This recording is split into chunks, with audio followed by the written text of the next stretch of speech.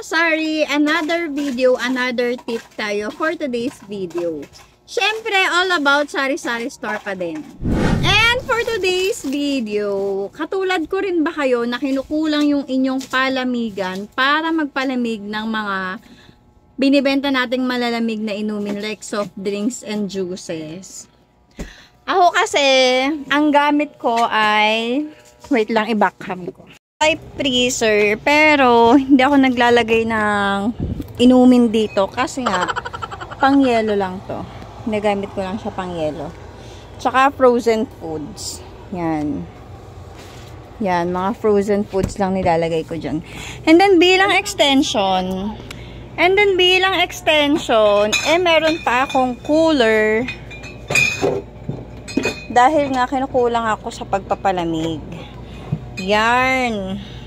Nandito naman yung mga mismo, tapos yung mga alak na iba. Tapos, nilalagay ko nga dyan yung tira nung lusaw namin na tube ice. Kasi may tinda rin akong tube ice. Yan. Dito namin binubuhos. Tapos, alam nyo ba ang gamit ko dyan? Ito na ang pinaka-secret for today's video. I-reveal ko na.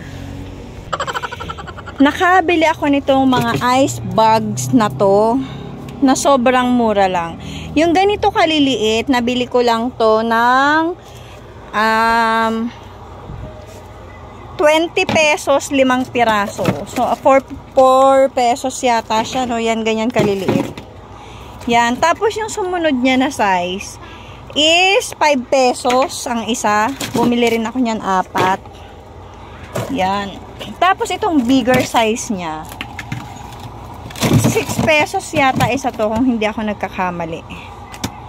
Yan. Reusable to, kaya sobrang sulit. Hindi ko na maalala kung kailan ko to nabili, pero matagal-tagal ko na rin tong gamit. At ngayon nga, naisipan kong i-share sa inyo. Ang gamit ko ay itong chiller. Hindi ko, ilang cubic nga to?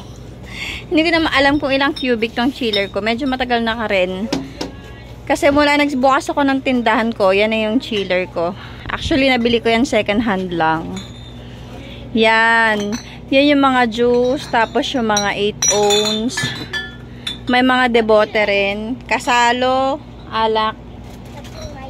Tsaka yung mga 1.5 at ano nandun. Medyo magulo.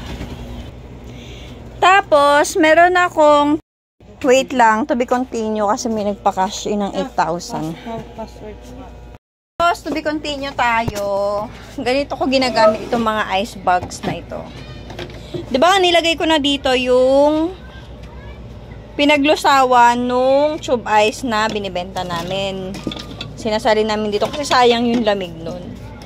Tapos, sa umaga kasi hindi ko muna nilalagay lalo kung hindi naman ganun ka kulang yung malamig na binibenta ko. Tapos minsan pag nag-freezer kami ng mga mineral na ganito tapos nag-yelo, ayan, nilalagay ko rin sa cooler, dagdag lamig, 'di ba? Tapos yan, nilalagay ko muna ng tubig, no. Tapos siya kung ilalagay yung mga ice bag na yan. Yan. Ginamit namin to kapag sa umaga, tumatagal siya hanggang gabi. Yung mga ice bags na yan. Tapos, kapag natunaw na yung mga ice bags, ibabalik nyo lang siya sa freezer. Then, magagamit nyo siya ulit.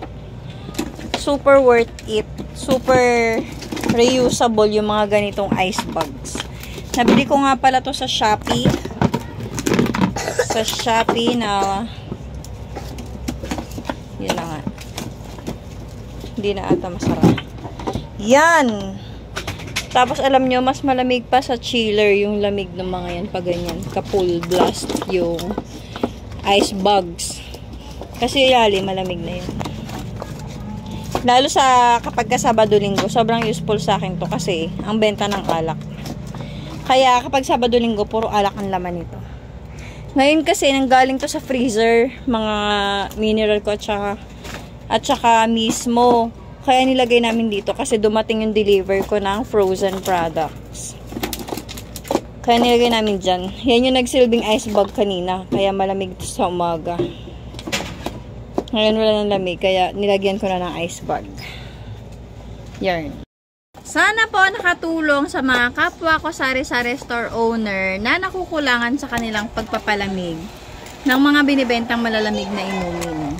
Kung nakatulong sa iyo ang video na ito, i-like mo naman. At kung interesado ka sa mga ganitong content, mag-subscribe ka na sa channel ko at huwag mong kalimutang pindutin ang notification bell. At kung meron ka namang katanungan, comment or suggestion, huwag kang mahihiyang i-type yan sa comment section. Yun lamang. Salamat sa panonood.